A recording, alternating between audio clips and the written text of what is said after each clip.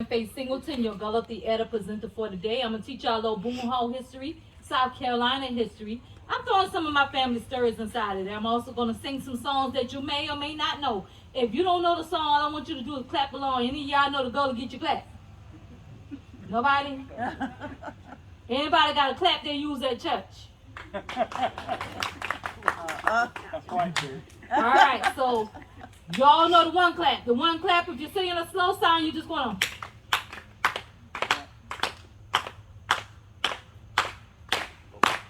Now, if you sing a fast song, how we going to do this? We're going to do a one clap, two clap. Y'all ready? Yep. All right, so you're going to.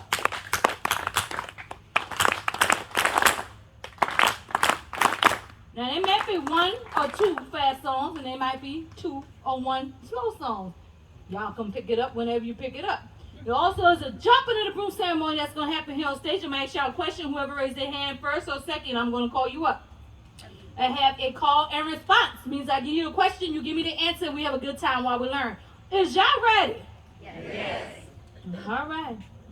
I think I'm going to start off a little different this morning. I'm going to sing a song that's my granddaddy's favorite song. Y'all ready? Yes. Kumbaya, my Lord, kumbaya. Kumbaya, my Lord, kumbaya. Kumbaya, my Lord, kumbaya.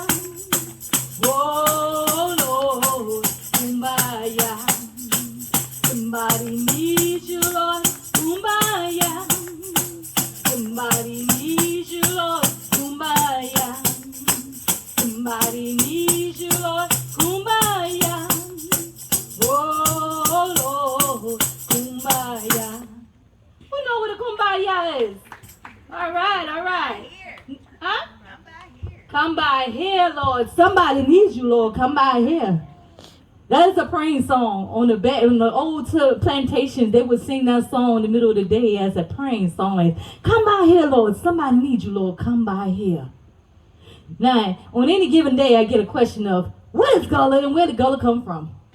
Well, there's that continent over there called Africa. And in Africa, there is a place called Angola. They took off the N and they used the word Gola. They took it from the word Gola to the word Gullah. Please repeat after me. Angola. Gola. Gullah. Now, back in the 1800s, if you would say, oh, that's that Gullah gal over there, I had to beat you down. Because it meant something very derogatory. It meant that we spoke a language of Ebonics, broken language, or we were very illiterate people. Well, that may have been the case for some, but that was not the case for all. Some of us knew how to read, how to write, and we also knew how to invent things that we still use to this day, as in the traffic signal that nobody pays attention to, the light bulb, the lawnmower. Y'all remember those old metal lawnmowers? You push and feel like you went to the gym. The shoe assembly line, the car assembly line, and do y'all notice that the sewing machine was reinvented? They also started cesareans back in Africa to save women's lives.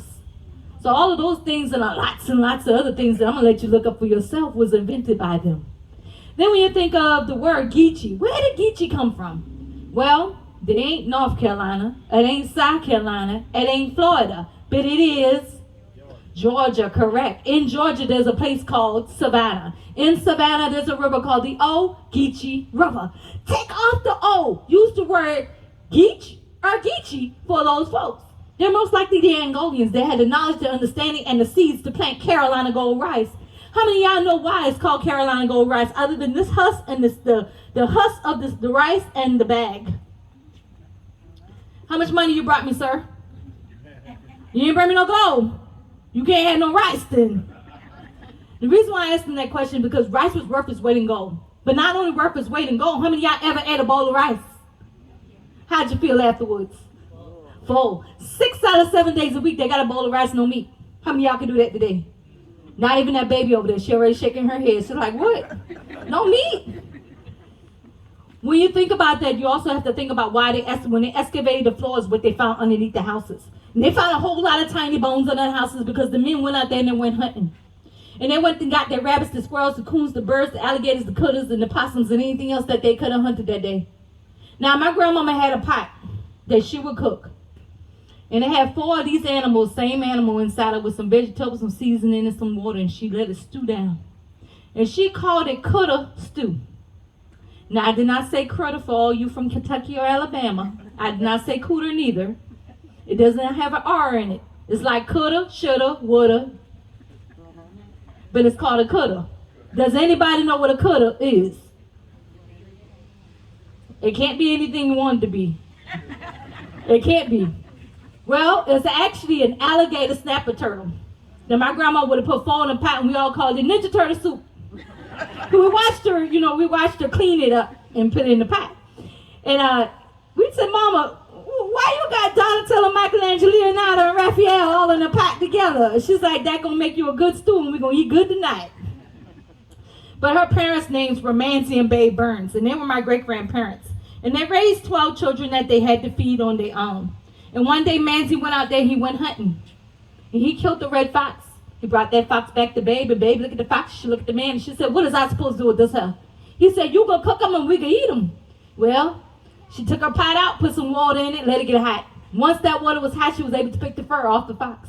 Then she took her clean pot, put some more water in that fox meat, some vegetables, some seasoning, and she let it slow cook all night long. And as the slow cooker, her stomach is saying, because there's an aroma in the house. The next morning, she get up, there's a boom, boom, boom at the door. It's all the Manzi friends sitting out in the yard. And before they could say good morning, they sit and hit them in their face. They said, Granddad, that pot, this sure smell good. I sure hope I get me a plate of that thing when we get back from we hunting trip. So all the men went hunting, and they came back 6-7 hours later with their rabbits, the squirrels, the coons, the birds, the alligators, the turtles, the fox, the dogs, and anything else in between that they needed. Yeah, y'all looking at me kind of weird, aren't you? They knocked on the door again. They said, hey, we done come back from we hunting trip. The stove fix me that plate you promised before we leave here this morning. So she goes in the kitchen, she fixes everybody a plate. Everybody starts to sample that food. They say, oh boy, this thing yeah sure is good. But it's the best home cooked meal I had me in a long time. This thing eat good. But do y'all know what y'all eating? And they all say, no, we know. It sure tastes good though, but it's the best home cooked meal I had me in a long time. This thing y'all eat good. And they all lick clean their plates. How many of y'all know what lick clean your plate look like? If you don't, get you a new cook. And they took the plate back to Babe, and they said, hey, that Babe, get that food and we plate sure been good. But join the mind tell we, what had been on we plate? And she looked at him with a smile and put both hands on her hip. And she said, sure. There's that red fox paw right here the other day. And all the men started to, why you gonna tell us that before we eat them? We just don't eat no fox. More of the story, you guys came to the South. If you have any family members or any friends that still live off the land or live in a little country like I do, you better ask us what's in the pot before you ask us for the plate out of the pot. It'll smell as good as you want it to smell, but you'll never know what it is. Never. It's like that Ninja Turtle soup with a side of split 'em with brown gravy on a bed of white rice. You'll never know. Then when you think of our language, y'all may think of our language as one language, but our language is actually thousands of different languages blended together to make that one language. Our language is a part of that Creole that you hear in Louisiana, New Orleans, mostly French. You know, it's also a part of that Patois, a Jamaican Caribbean language. You understand what I say? Because I short the words to understand, I say no way. Who got that? So Patois is a Jamaican Caribbean language where they shorten the words so you do not understand anything that they say no ways. I am very fluent in Gullah, but what it's called that I do right now is called code switching. And I need to pick somebody to pick a job to interview me for. Let's see. This guy right here. Pick a job, any job, give me an interview. Secretary. A secretary? For what company? JP Morgan. So you mean for tell me you coming here with a 536 credit and you want $10,000 loan? Like, sorry, we can't help you right now. But if you come back with a 645, we might can help you a little bit, but we can't give you $10,000. We might can start you off with $2,000 and see where you go from there. And then we can see if you paying back quick enough, then we can see if we give you a bigger loan. But you think I can still get the job if I do that for you? On an honest note, how many of y'all would hire me if I talked that fast at your job? Just this guy. Just this guy. I'm from New York City. He said he's from New York. They hire everybody. I want to give y'all some lines from my great-grandparents and my grandparents because they were very fluent in Gullah Geechee, and see if you can guess what we're saying. Are you ready? Y'all don't sound confident. All right, here we go.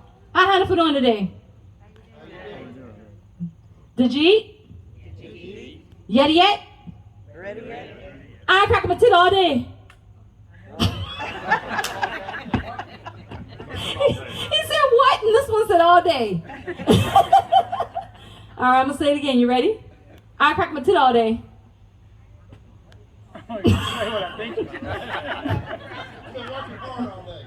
No. What'd you say, honey? But say how I said it. How I said it. I haven't cracked my teeth all day. Have not opened my mouth, haven't sung a song, haven't eaten anything, haven't drunk anything, have not done anything with my mouth. Now, if you've been here for 2.5 minutes, you already know that's a lie, and you better call 911 if I don't crack my teeth all day. All right, here's the next one. Tie your mouth. Tie your mouth. It's not time out. Tie your mouth. Tie your mouth. Shut up, zip it, hush, be quiet. Don't say another word. Tie your mouth. You can use that on your kids, your husband, your wife, your grandma, or anybody who don't know how to let something go. Just say tie your mouth and walk off. Especially them teenagers. They know more than we do all the time. I know I don't look like I have a teenager, but I do. Thank you. Thank you. All right, here's your last one.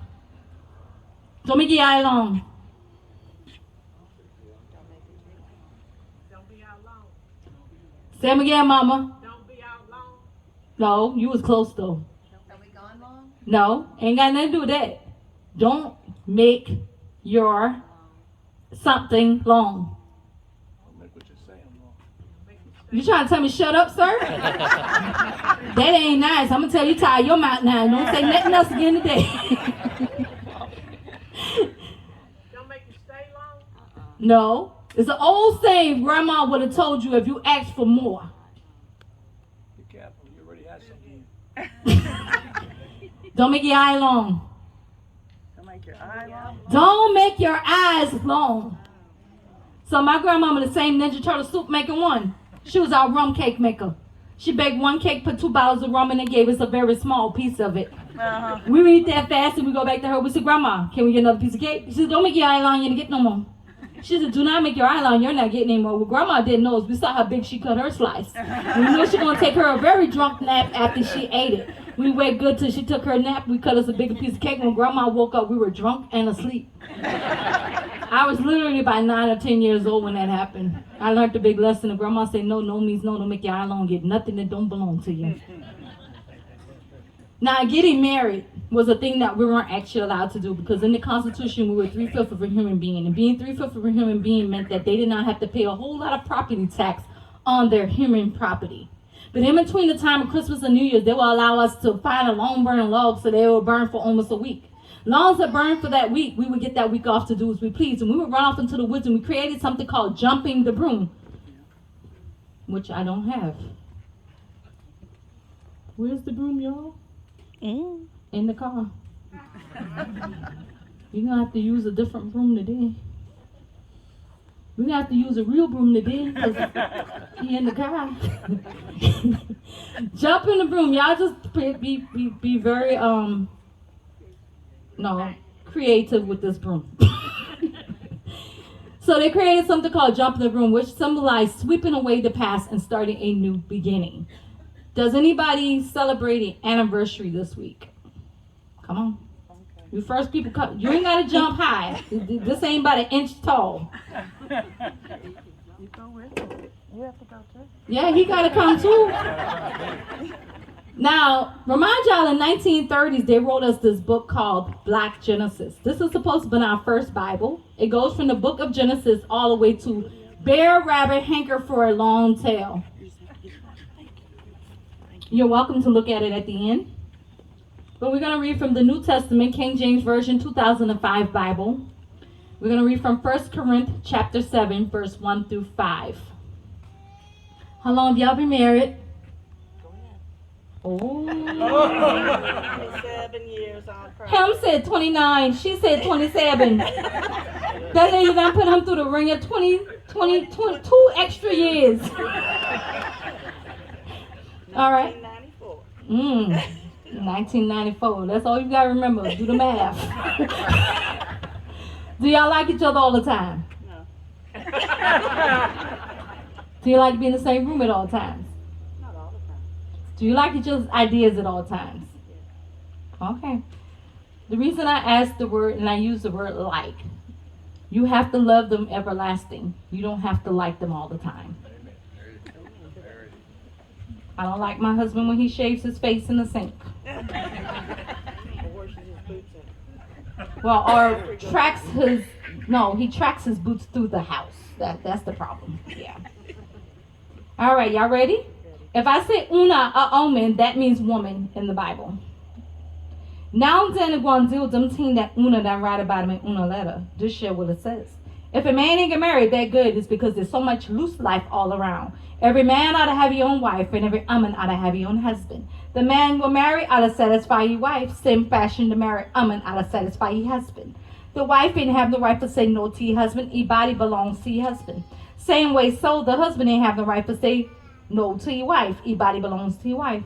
Must then hold yourself back from one another, except when you agree together for do that just for a while, so that you can spend the time to pray to God. Soon as that time over, go back and be with one another the way husband and wife do. That way, you say no room for temp on it, because you ain't able to take change over yourself. Did you understand anything, or you giving me a surprise look like? Please explain. So in the beginning, it's a lady writing a letter about her husband, and she said the only reason a man will not get married is because there's too much loose life around. A woman should have a husband, and a husband should have a wife. Your bodies belong to each other and not to yourself its own. Only time that you should separate is the time that you will pray. And please don't let the devil involve himself in no time in your relationship. What's your last names? Click. This click. It's not clickbait. It's click. All right, y'all ready? Ready. I'm gonna give you a proper announcement. I want you to walk over or jump over, whichever one y'all decide. Can you work at a job? Jump around. She says she's okay. There you go. You just rub it later with some Bengay. I'm gonna give you y'all proper announcement. I want you to do whatever y'all gonna do, and then y'all can kiss each other. Okay? Mr. and Mrs. Click. Woo! Congratulations on your 27, maybe 28 years. Going on 28 is what it means. Okay, never forget to date each other. It's the only advice I have, and hope that y'all have 27 plus more years together. Thank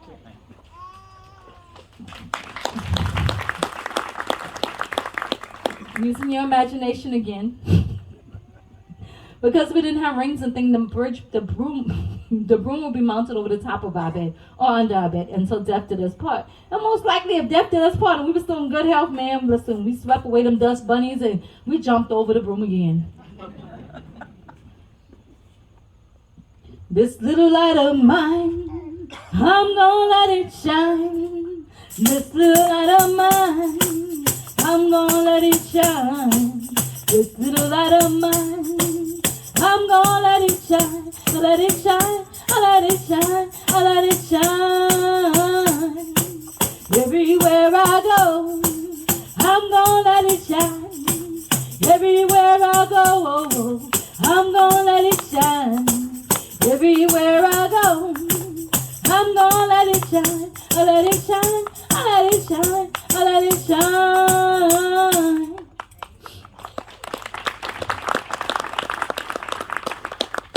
Now, a long time ago on East Plantation, this was a lady that was about 4'11" that helped 150 soldiers by playing spy in the military. She also helped her husband and his new wife, was one dead or alive, $40,000 to $100,000. Died at the age of 93 years old as a woman activist. Who was she? Harriet Tubman, Mother Moses, through the waterways of singing Amazing Grace, to the mosque, to the left side of the tree, to the Big Dipper, the Little Dipper, the North Star, and the Sun. To the Jackie guys, they turned it this way and said, do not enter. If they turned it this way, it says, come on in, this is a safe place to be. To cornrowing our hairs into different map patterns so the person behind us can read and see where we're going next. In between those cornrows, we have rice, gold, and seeds. Rice for us, that's something to eat. Gold for us, that's some money to spend. And seeds for when we settle down, we have something to plant. Then when you got to the guys that did not believe in any kind of slavery, hitch in the back of the stagecoach, behind the onions, the peppers, the cotton, the indigo, and anything else that he was traveling with. He would drop you off at the train station, which was used as a safe house where it would pass message after message after message after message after message after message until it got to where it was going. Then you had the quilts that had its own Morse codes, and you said, for instance, you saw flying geese on the quilts. Those flying geese indicated that you needed to follow them during springtime when it went up north. Or if you saw tumbling blocks, it said, get prepared, we're about to leave this place. If you saw a bow tie or the hourglass, it said, wear your Sunday best so nobody knew if you were free or you weren't free. Now, if you had the monkey wrench, you said, gather all the tools into one pallet, let's take them all with us. If you saw the shoe fly said, there's a guy near. If you saw a boat or a ship or some of that factor on a quilt, it said that water was near. If you saw one that had the drunken path, it told you to walk in a drunken stammer, and they thought that you were sick and disease written, and they would not touch, bother, or even talk to you because they didn't want to get sick by you. Now, if you saw a yellow square dead in the center of a quilt, it represented the lanterns that sat in the windows that told you which houses were safe houses and which houses were not.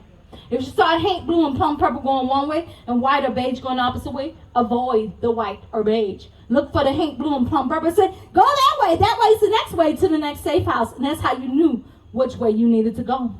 The one that I created is called the Pandemic Log Cabin Pattern 2.0 with a twist.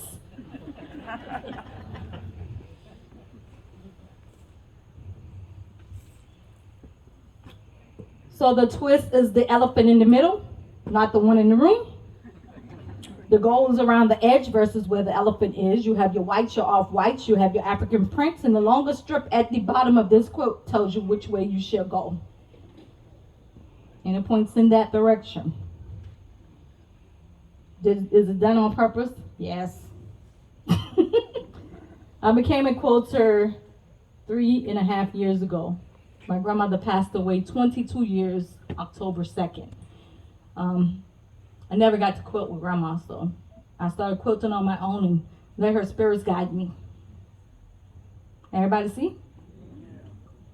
Now, if this quilt was hung outside the clothesline or the windowsill a certain kind of way, the lady, you'll get a chance at the end, and the lady in the kitchen said, heard them singing a song as I'm wade in the water from Kansi to Kansi, which means from sun up to sundown, from dark to dark, from can't see to can't see.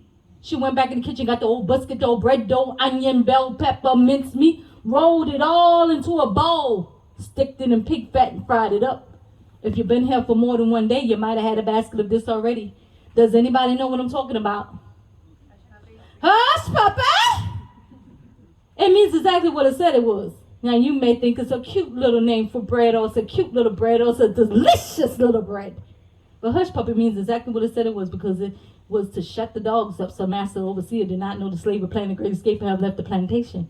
Feed them dog enough hush puppy, him no go roof roof. Feed me enough hush puppy, I don't say help. First thing we do in Charleston, give everybody a basket of hush puppy, hush them all up. If y'all want to know more about Harriet Tubman, I suggest you go to Beaufort, South Carolina, where they dedicated a bridge and a monument in her honor. They also have the Fusky Island, which is the first sea island, Ladies Island, Fripp Island, the island she went to the most, St. Helena's, where she went to a missionary Baptist church across from the Penn Center, where the great Philip Simmons went to at the age of 8 years old to become the blacksmith that he was. If you like to see his work, go downtown Charleston to Blake Street at the Pepto-Bismol Pink Museum, or walk around Charleston and still see his gates up to this day. If you're hungry and you want something good to eat, you go around the corner to Hannibal's and get you some soul food. Wade in the water, wade in the water, cheering, wade in the water, 'cause God's gonna trouble the water. Wade in the water, wade in the water, cheering, wade in the water, 'cause God's gonna trouble the water. Now, here on Boone Plantation, one of the biggest plantation in the area of Charleston, we was one of the most famous plantation because we had a lot of the things the other plantation didn't, which one was sweetgrass baskets. Sweetgrass baskets were always sold on this plantation. They always had a weaver on hand, and today we should have Miss Nancy in the basket house, which is right by the talk. The house right by the talk, can't miss it. But anyways, on this plantation, they always had a weaver, and they had one named Ida Washington in the year of 1930. Ida and the overseer at this year got into a very nasty argument where he told her, he said, you know what? You and your whole family get up for this plantation. And she had to leave that day. She said, oh, Lord, what's I gonna do? I didn't get put off. The husband didn't get put off. How are we supposed to make any money now? Lord, have mercy. I know what to do. I don't know why I ain't tired, man. I tell him my own kind of thing. And him pick me off here. What am I supposed to do now? I sure have to think about this here because I don't know what to do. Let's see. I got an idea. I know exactly what to do. Take these baskets and put them on 17 to see what could happen. She took her basket, put it on Highway 17 to see what would happen. Her very first day on Highway 17, she made basket sale. She was so happy about that sale that she wanted to tell everybody what was going on, and that's exactly what she did. So stands and basket people was popping up all over Highway 17. And not only Highway 17, down at the slave market, was now known as the city market. Down on Broad Street, on the four corners of law, where they have hail, mail, jail, and bail. And other plantations also actually took in some of the weavers from other plantations so that they would have some cultivate their rice with. Now on this plantation at Boone Plantation, we have 4,000 acres at one time. You all are on 736 acres of that 4,000 acres. If you go down here to the dock and you look out to this way at the end of the water, you see those $1 million houses. That is called Brickyard Plantation today. That is where we made bricks for all of Charleston. Today, it is known as Brickyard Plantation, with two of the chimneys from the log cabin houses still standing today. If you take two left side of Boone Plantation and take you to Highway 17 and 41, where we did 2,500 sharecropping acreage. On those acres, we planted tobacco and indigo and cotton and rice and a whole lot of other things. But the rice was the most popular because it fed most of the slaves on this plantation. What they did with the rice was they planted it in brackish, fresher water. They had a bridge to let the water in, same bridge to let the water out. When the rice was ready, they pulled it up and put them in mounds to dry out. Umbrella over the top, pull some out of the mound, put them in your pestle and your mortar, you beat it up, get the hull, the shaft, and the sticky film off of the rice. By that time you was finished, you took your basket 10 sizes bigger than this one, and you picked that rice up, and you husked it in the wind. And as you husked it in the wind, all the rice stayed in the basket, everything else floated to the ground. By the time you was finished, you had about 80 pounds of rice that you had to lift up on top of your head, but you needed help. So you got some help to put that on your head. You had your baby tied to your back. Your other children with the meat, the water, the vegetables, the wood, and anything else that you needed. In between this time, don't tilt your head because you'll lose your rice. But anything that's eye level or hand level, you can pick up, you can tote, you can carry. And this time, I do not own a horse, a donkey, a cow, a mule, or any of those things to help me on my journey. But I may have to walk 10, 15, maybe even 20 miles because I have to do what I have to do. Whoa, I done. Whoa, I done. Whoa, I done what I had to do. Whoa, I done. Whoa, I done. Whoa, I done what I had to do. You told me to teach and I done not do. I done what I had to do. You told me to preach and I done not do. I done what I had to do. You told me to work and I done not do. I done what I had to do. You told me to sing and I done not do. I done what I had to do. Whoa, I done. Whoa, I done. Whoa, I done what I had to do. I done.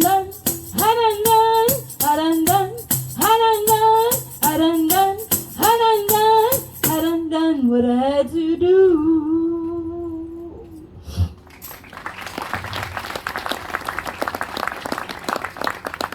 I want to thank you all for coming to Boone Plantation today. I hope you enjoyed the Gullah Theater presentation. Please check out all the information and things that we have to offer here on this plantation. If you need a beer, water, soda, coffee, or any of those things, the cafe is open, also known as a gift shop. And as I mentioned before, Miss Nancy's in the basket house today. Go check her out. And anything that's on my stage or on my table, you're welcome to look at or ask me anything when you come up here. Thank you, and thank you.